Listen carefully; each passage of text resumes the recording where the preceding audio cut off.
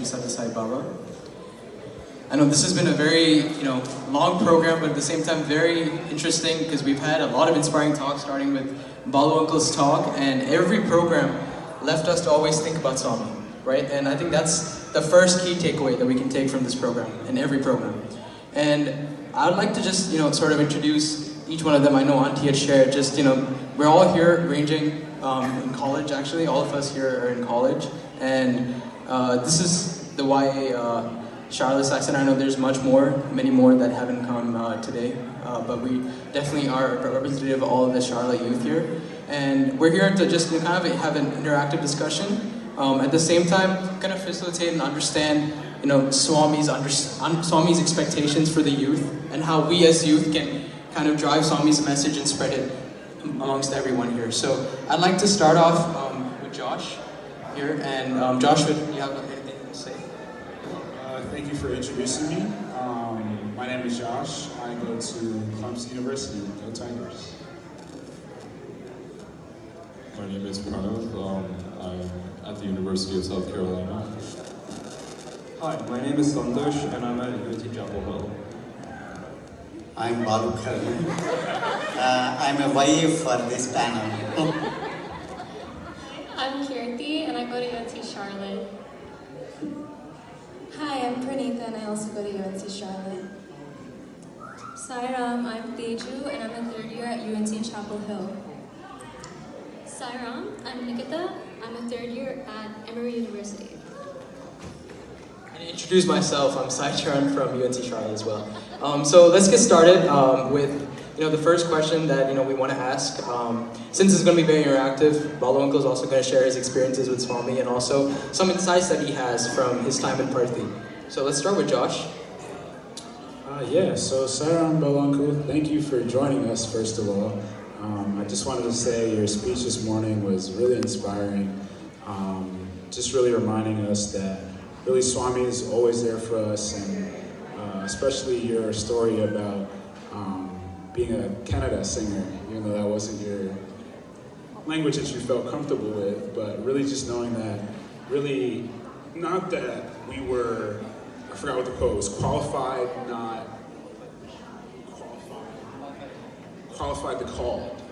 So I thought that was really inspirational. It really reminds us, all of us are in really pivotal parts of our life. Some people are going to med school and different types of journeys, getting out of college, and really just remembering that Swami is always there for us. That really hit my heart. So thank you so much for that story. Thank you. So going into our first question, so Parthi serves as an inspiring example of active youth involvement. Why does Swami see the young adult phase as an important part of the Sai mission? Oh, that's a beautiful question actually. If you look at Swami, he was always, even though if you look at how he started Parthi, first only few families, then some relatives of those families, like that they came. Until 1960s, like late 60s, Swami never had a college. The first college he built was for women. Actually, see, this Anantapur is about 80 kilometers away from Parthi. So Swami chose that place for a reason, because there was somebody who wanted, they came and prayed to Swami, say that, Swami, we need a women's college. So Swami responded and they found a place to build this women's college. So then Swami goes and looks at the site where the college is going to come up. And they ask Swami where to start the foundation. So Swami asks for very strong sevadal. Swami gives him a stone, can you imagine?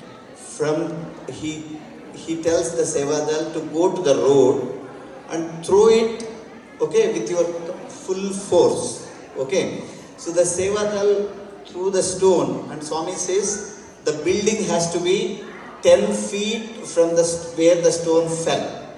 So they asked, why Swami? They said that they're all going to be my children, my daughters are going to go and stay there. I don't want rowdies to come and throw stones on the building. Can you imagine how much he has planned from the initiation of that institution? And also at the time of Anantapur campus building, there is a interview and one of the lady very happily says, Swami, we are very happy to hear that you are starting a college for women. We'll be getting good daughter-in-laws. Can you imagine? Immediately Swami corrects her saying that this college is not for you getting a good daughter-in-law. This college I am building for good mothers, so that their generations will come and see Swami. See how much clarity he had on the younger generation and woman empowerment. All that you can see in Swami's life. Then slowly colleges came in Vrindavan, the next one. Then later in Puttaparthi. So why did Swami took this education route was to bring us, all the alumni. Of course, that is the way, like Mother Ishwara must, also ask Swami, build a school, build a college, get, education, medication, all that. So the first school was built on her name after she, left the body, kind of. Then Swami builds the colleges. Again, here we need to understand, he builds it so that we come in the pretext of the education, so that he can spend time with us and correct us. Actually, Swami used to say, I'll show the butter, like Krishna story, show the butter. When the little Krishna comes, Mother Yashoda is to catch and, give him nice beatings. That way, mother, in a divine mother way, he has done this, institution building. Again, here we need to be very careful. If somebody is building colleges or somebody building hospitals, we think they are Sai Baba. You should not, have that. You have to have the clarity, because these are examples where he built them to, correct the youth, so that they can be, initiated into some kind of a spiritual process. And also, he also built these with, giving free education, free medication. This is something like, he's showing us some example. If you all can come selflessly together, you can do bigger things like this. See, he was Sai Baba from the day, that is 23rd November 1926. Let's not think that just by building colleges and hospitals and doing water works, he became Sai Baba. He was Sai Baba from the day one, actually even before actually. So we should never mix up things, saying that, oh, everybody builds college, so you may be Sai Baba. So we don't have those kind of even thoughts entertained. Coming back to youth, because that's the age you have a lot of energy. There is a high chance of dissipation, isn't it? You can use it or abuse it and lose it, isn't it? So that can happen at the youth stage. So he wants us to concentrate, because youth has energy. Just now in the afternoon we also saw that, that man from church, he was telling, in that service, and he was telling, he prays to God, Swami, that make him 20-year-old, isn't it? He is 82. He prays that he want to be 20. See, because 20 you can do plenty, isn't it? Not, as the age, age is also a factor, basically. You can be mentally young, but the thing is, again, physically strong is also matters for doing things. So he wants to channelize the youth, so that youth can do much more things, and that's why Satsai, youth wing, YAs are very, very important to centers as well as for the organization. Thank you, Balu Uncle, for that really nice the great question, but better answer. And I think, one thing that I get from just that experience, right, is the self-confidence that Swami has in himself, right? And that's the inspiration that we all, can take from Swami, is that, having self-confidence, and this is what Swami talks about in his quote, is that it starts out with self-confidence to self-satisfaction, self-sacrifice, and self-realization. So these are the ways, that you can reach God. And Swami says, this is the divinity, right? And, just understanding that what self-confidence is, I'd like to ask Kirti to kind of share what your, kind of your understanding of it and how you'd like to kind of phrase that question out there. Yeah, absolutely. So, Parthi is very focused, like Josh just mentioned, and it's just easier to be in that environment for youth to be aligned with Swami's beliefs and perspectives. But we're so far away here in the United States, our lives are filled with like a lot of distractions and things like that. So how can you be self-confident in today's world? And is there anything in your opinion that young leaders can do to inspire their peers in meaningful activities that align with Swami's vision for the youth? A great question, actually. See, like I totally understand the geographical change. We all brought you here. I talk in behalf of all the parents here. When we packed our luggage in India, we didn't think this country we'll see a lot more things. How would you say is like the best way to incorporate seva, like selfless service, into our daily routines in like a simple, like manageable way, but that's still like meaningful and impactful? Yeah, very, very good question. Because see, we all think we all have our own duties of studying, housework, all that. But at the same time, service opportunities come in different ways. Service is something, actually in the center also, for singing you really need some kind of a sadhana, because you need to sing well, otherwise devotional coordinator won't give opportunity, all that, let's not go there. So, whereas service is the only thing, you really don't need any talent. Actually, you have to be there. Sometimes being there is very important. Like, being where it is, your need is there.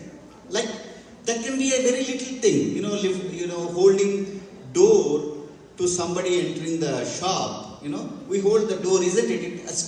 Like we do it spontaneously. We don't slam the door. The minute we slam the door, people think he's cultureless, isn't it? Swami beautifully says, culture is concern for others.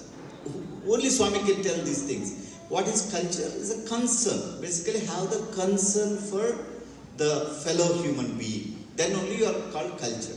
So service, you get an opportunity, like you can even create an opportunity. Help your friend, help your, wherever, within your own sphere. Don't even stretch. Basically, Swami says, wherever you are, you can be helpful to others.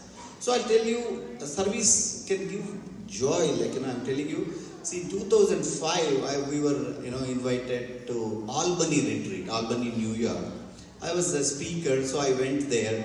After the speaking, the next day morning, they came to me and said, hey, we are all going for assisted living, kind of a service. Would you like to join? I said, why not? I just hopped onto their van. We went in a van. When we went there, it was some kind of a hall like this. We started singing, all the English songs, then English bhajans with all the guitar and everything. Then slowly they brought these old ladies on the wheelchairs. Actually, they are all very, very old. They all came, you remember here they used to do that kind of service, lift your hand, say, clap, all that they'll make them to do it. The first time, I'm also pretty new in this country, I felt this is really wonderful what is happening. Then as we start going around, them by singing, making some kind of a, playing, guitar, all that, we went around them. When we were going around, there was one old lady. She asked me to come. Can you imagine? She's sitting in the chair. She says, come. I went there. Then she started, talking to me. She asked, are you Italian? Can you imagine? She asked me, are you Italian? As soon as she asked that question, then I kneeled down next to her chair.